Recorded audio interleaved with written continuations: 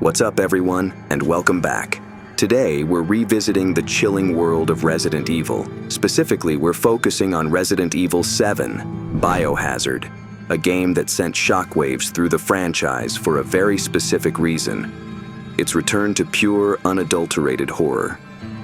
Now, many of you might remember the early Resident Evil games fondly: the Spencer Mansion, creaky floorboards, limited ammo, those freaking dogs jumping through windows. Resident Evil defined survival horror. But as the series progressed, things took a turn. Games like Resident Evil 4 and 5 were fantastic experiences, no doubt. We got introduced to iconic characters like Leon S. Kennedy and Ada Wong. The action sequences were heart-pounding, dodging chainsaw men, unloading clips into hordes of ganados. But somewhere along the line, something shifted. The focus went from desperately crawling through hallways, conserving every bullet, to becoming a seasoned action hero. We weren't just surviving anymore. We were mowing down enemies left and right. The fear factor started to diminish. Then came Resident Evil 7. It felt like a revelation, a return to the terrifying roots of the franchise. The limited inventory system returned, forcing us to make tough choices. Do you take that healing item, or save it for a potential boss fight later? Should you risk wasting precious ammo on a lone enemy, or conserve it for the horrors you know lurk ahead? This wasn't just about gameplay mechanics, though. This focus on resource management built incredible tension. Every decision mattered. You weren't a super soldier anymore. You were Ethan Winters, an ordinary guy thrust into a waking nightmare. Each creak of the floorboard, each dilapidated room you explored, became a potential source of terror. Resident Evil 7 wasn't just about limited resources, though. It completely revamped the atmosphere. The game world, a decaying plantation mansion in the swamp, was oppressive and claustrophobic. The unsettling sound design, with its unsettling whispers and groans, kept you constantly on edge. This shift in focus, from action hero to vulnerable survivor, combined with the expertly crafted atmosphere, made Resident Evil 7 a terrifying experience. But there's another key ingredient that elevates the scares in this game: the first-person perspective. Think back to those early Resident Evil games. We saw the action unfold through a fixed camera or a third-person view over the character's shoulder. It gave us a good sense of the environment, sure, but there was always a layer of separation. We weren't truly in the horror. Resident Evil 7 throws us headfirst into the nightmare. We see the dilapidated mansion, the unsettling grime on the walls, through Ethan Winters' eyes. Every creak of the floorboard, every groan in the distance, feels more personal, more immediate. There's no camera angle to hide behind. We're experiencing this terror firsthand. This first-person view also emphasizes our vulnerability. We can only see what's directly in front of us. Imagine cautiously navigating a dark hallway, unable to see what might be lurking around a corner. The unknown becomes a constant source of dread. A click behind you, a shadow darting across the periphery. In third person, we might get a quick glimpse and react. In first person, our heart races as we slowly turn, bracing for the potential horror that awaits. This shift in perspective works hand in hand with the game's atmosphere. The first-person view immerses us in the claustrophobic environments, making every tight corridor and decaying room feel even more oppressive. Resident Evil 7's return to survival horror and the first-person perspective combine to create a truly terrifying experience. Imagine facing the grotesque Baker family not from a safe distance, but through Ethan's eyes. It's enough to make anyone want to turn back. But of course, we can't resist the allure of horror, can we? The next thing we'll delve into the twisted Baker family themselves, and how they redefine the series' brand of horror. Forget your typical Hollywood monster villains. The Bakers are a grotesquely warped family unit, fused together not just by blood, but by the insidious influence of the mold. Jack, the hulking patriarch, transformed into a relentless pursuer, fueled by a twisted desire to protect his family.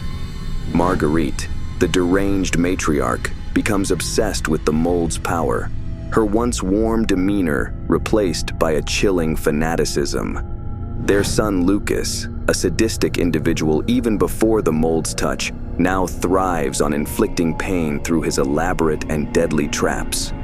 What makes them truly terrifying is that their disturbing nature transcends the grotesque physical transformations caused by the mold. There's a palpable sense of underlying dysfunction, a twisted family dynamic that makes them even more unsettling. Their deranged conversations. Zoe, come look. Come see her gift.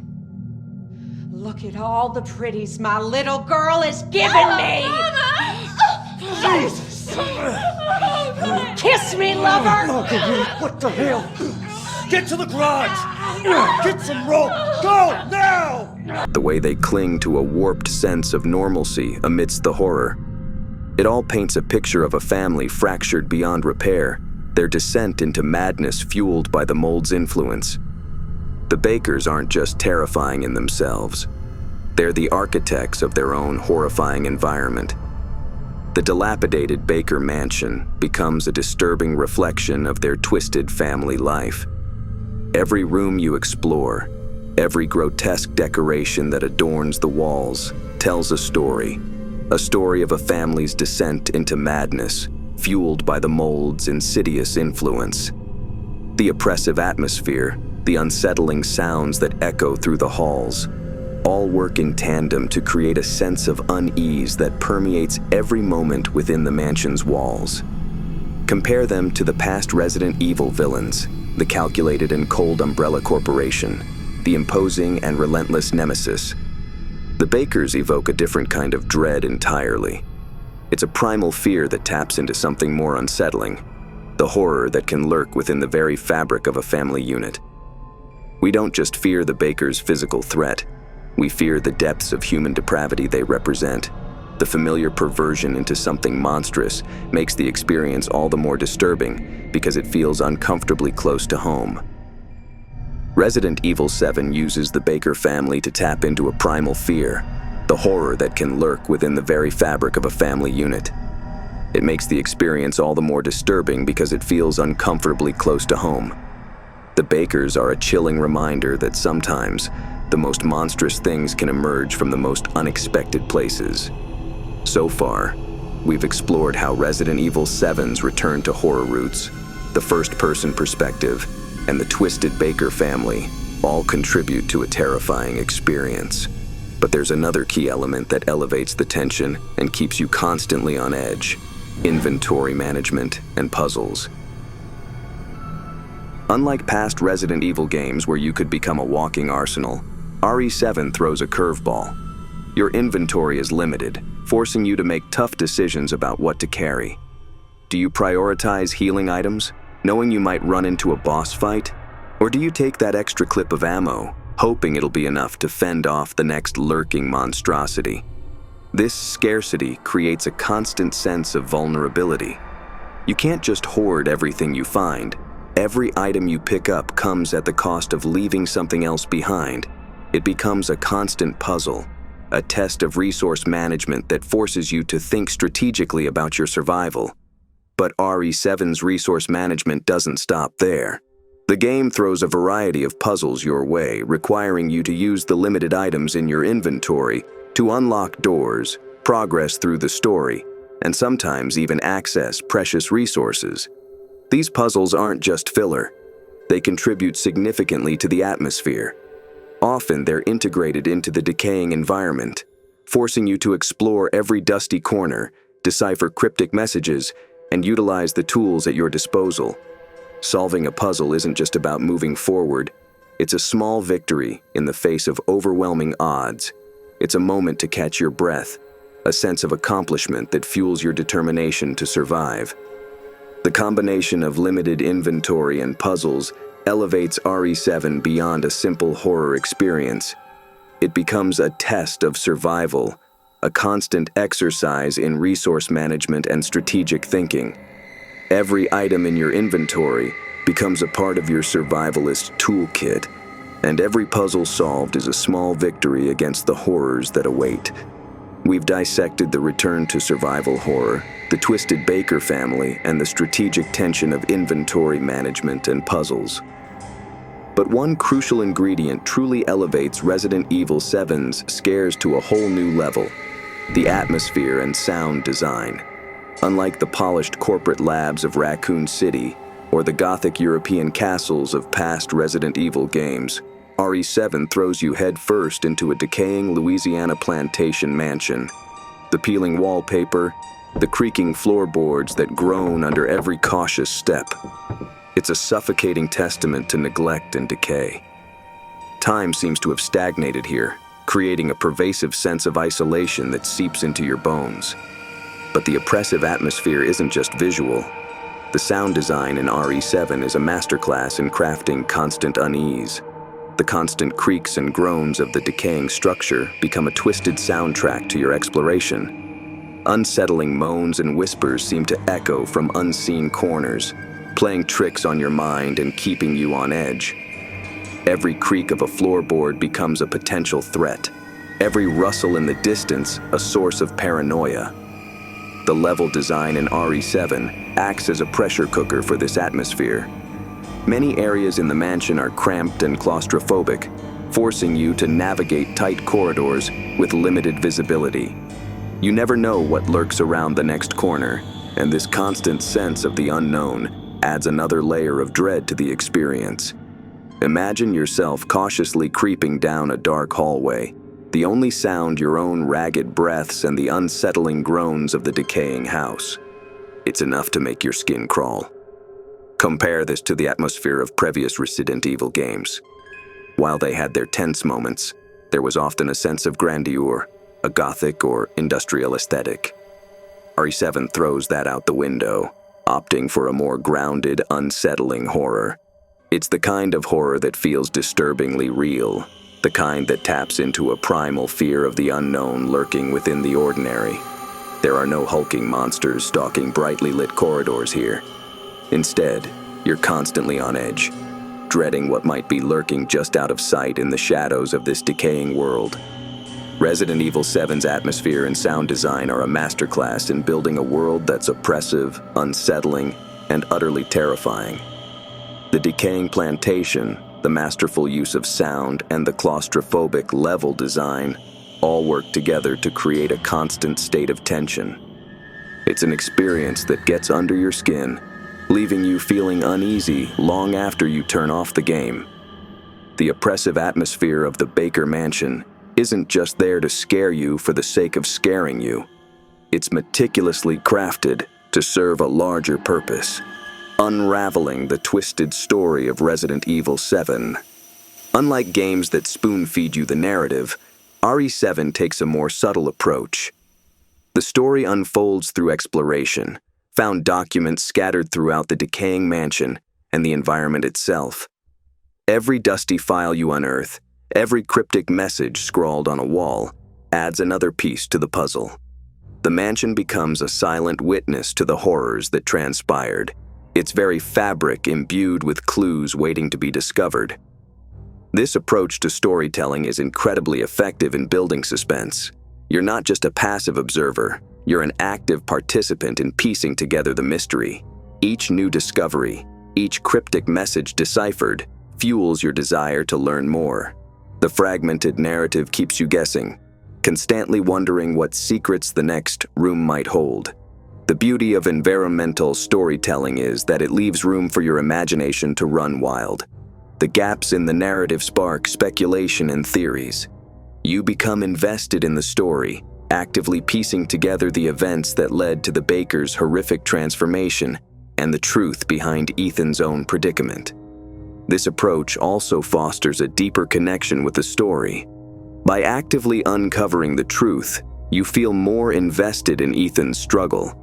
The fragmented narrative mirrors his own confusion, his desperate need to understand what's happening around him. Resident Evil 7's storytelling is a masterclass in building suspense and creating an immersive experience. The decaying mansion becomes a character itself, whispering secrets through its crumbling walls and dusty files. It's a chilling reminder that sometimes the most horrifying stories are the ones we have to piece together ourselves. Resident Evil 7's masterful storytelling, where the decaying Baker Mansion whispers its secrets, wouldn't be nearly as effective without another crucial ingredient: the RE engine. This powerful engine elevates the visuals in a way that directly contributes to the game's terrifying atmosphere. Unlike past Resident Evil games, with their sometimes polished environments, the RE engine renders the Baker Mansion in horrifying detail. The textures are incredibly realistic, capturing the grime, the peeling paint, the unsettling stains that mar the walls. The lighting effects are equally impressive, creating a world of oppressive shadows and unsettling contrasts. You can practically feel the dampness in the air, the weight of neglect pressing down on you. These impressive visuals aren't just there for eye candy. They serve a very specific purpose: to amplify the game's horror. The grimy realism makes the world feel unsettlingly familiar, grounding the supernatural elements in a way that makes them even more terrifying. Imagine yourself peering down a dark hallway, the flickering light casting grotesque shadows that dance on the peeling wallpaper. It's the kind of environment that makes you want to turn back, but the morbid curiosity compels you forward. The RE engine's detailed visuals work hand in hand with the first-person perspective we discussed earlier. The realistic environments make you feel even more vulnerable, constantly aware of the decaying world around you. Every grotesque detail you see is a reminder of the horrors that lurk within the mansion. Resident Evil 7's RE engine isn't just about creating stunning graphics. It's about crafting a world that's both hauntingly realistic and utterly terrifying. The detailed textures, the oppressive lighting, the way these elements work with the first-person perspective, they all contribute to an experience that will stay with you long after you turn off the game. The RE engine's detailed visuals wrap up our exploration of why Resident Evil 7 might just be the scariest, and for some, the best, entry in the franchise. Of course, the Resident Evil series boasts a rich history with beloved titles, and some fans might have their own picks for the top spot. That's the beauty of this series. It offers a variety of experiences to keep us on the edge of our seats. But for me, Resident Evil 7 stands out for its return to pure, unrelenting horror. It throws us headfirst into a decaying world, a twisted family dynamic, and a constant struggle for survival. The first-person perspective puts us right in the thick of it, while the masterful storytelling keeps us guessing and piecing together the unsettling truth. From the resource management that forces us to prioritize every bullet to the atmosphere that makes every creak of the floorboards send shivers down our spine, RE7 is a masterclass in building tension and delivering scares. So, what do you think? Is Resident Evil 7 your favorite entry in the series, or do you have another pick that sends chills down your spine? Let me know in the comments below, and be sure to like and subscribe for more deep dives into your favorite games.